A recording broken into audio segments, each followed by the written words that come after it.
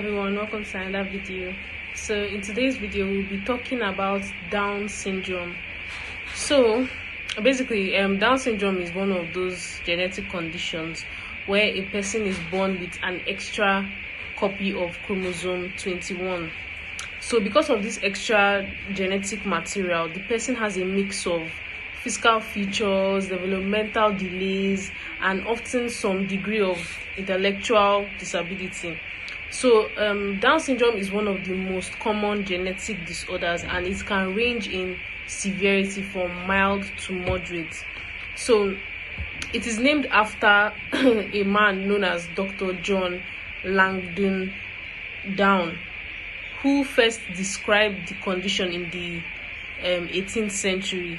So Down syndrome is usually present from birth, and it is not something a person can catch or develop like later in life because it's genetic. So it starts from birth. So usually humans, their cells normally contain 46 chromosomes arranged in 23 pairs. So chromosomes carry the genes that control how the body grows and functions. So when someone has Down syndrome, instead of 2 copies of chromosome 21, the person has 3. And this extra genetic material disrupts normal development of the person, and it affects how the brain, the heart, the muscles, the face, and other organs form and function. So the extra chromosome affects every cell in the body, but not always in the same way for like every person. So that's why people with Down syndrome can have very different symptoms. So different people can have different symptoms. So the key problem in Down syndrome is trisomy 21, meaning there are 3 copies of chromosome 21 instead of the usual 2. And this leads to overexpression of certain genes, causing abnormal protein production, delayed brain development, especially in areas like the hippocampus and the cerebellum, which control the person's memory, learning, and movement. And also it also leads to changes in the muscle tone, the growth, and immune function. And there's a higher chance of developing conditions like heart defects, thyroid problems, and certain types of leukemia. So what exactly causes Down syndrome? So Down syndrome is caused by a problem during cell division in early development, and there are 3 main types. There's number 1, trisomy 21, which is common in about 95% of cases of Down syndrome, and here an entire extra chromosome 21 is present in all the cells. Then we have another type known as translocation, which is common in about 4%, so it's not as common as trisomy 21. And this is where a piece of chromosome 21 is attached to another chromosome. Then we also have mosaicism, which is the rarest form, and here some cells have the extra 21 chromosome while some do not. So it is not caused by anything the parents did or didn't do, but the risk increases with maternal age, especially after age 35. So for the signs and symptoms, the physical features may include like flat facial profile and upward slanting eyes, then having small head, small ears, short neck with extra skin at the back, poor muscle tone known as hypotonia, then single crease across the palm, short fingers and limbs.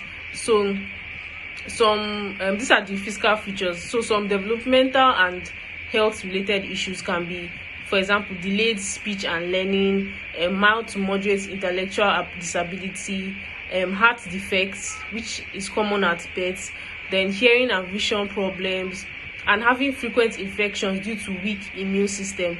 And also there's higher risk of having thyroid disorders, celiac disease, and Alzheimer's disease. So other genetic and developmental disorders that may present with similar features like we see in Down syndrome, there's also Fragile X syndrome, Williams syndrome, cerebral palsy, which has the same symptoms like for developmental delay, then congenital hypothyroidism. So each of these conditions, they have distinct genetic causes or symptoms. So for the diagnosis of Down syndrome, diagnosis can be made during pregnancy, like prenatal diagnosis, so through screening tests like ultrasound and certain maternal blood tests, and also it's confirmed by invasive tests like amniocentesis, which is sampling the fluid around the baby, or chorionic villus sampling, like sampling the placental tissue. Then it can also be diagnosed after birth, so based on physical appearance of the baby when they give birth to the child, and also it's confirmed by karyotype test, so a test that examines the baby's chromosomes under a microscope. So that's the confirmatory test after birth. So for the treatment, there is no cure for Down syndrome, but early intervention can improve the quality of life of the child. So treatment is focused on managing the symptoms and supporting development. So in cases of medical care, so heart surgery can be done if there is a congenital defect. Then treatment, we can also do treatment of like thyroid problems or infections, and also regular checking of the baby's vision and their hearing. Then for developmental support, like physiotherapy to improve the muscle strength, speech therapy to support communication, occupational therapy to help with daily activities, special education programs tailored to that child's needs. Then also emotional and social support too can go a long way, like support groups for parents, inclusive school and social activities, and also encouragement of the child to participate in like normal family activities and normal community life activities. So those are just the emotional and social support that can be given.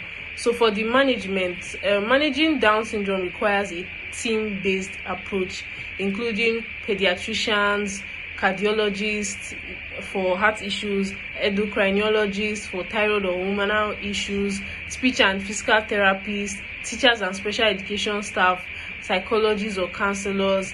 So it requires a team effort to help this child that has this condition. So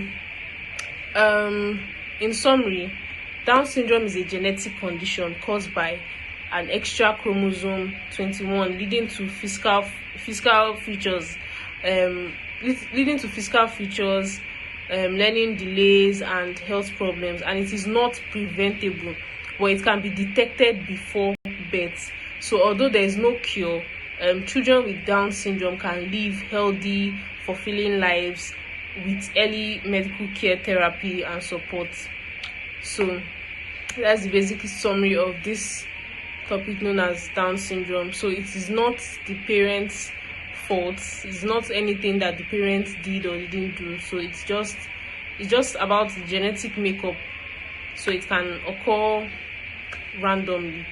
So but there's a higher risk if the mother is above the age of 35.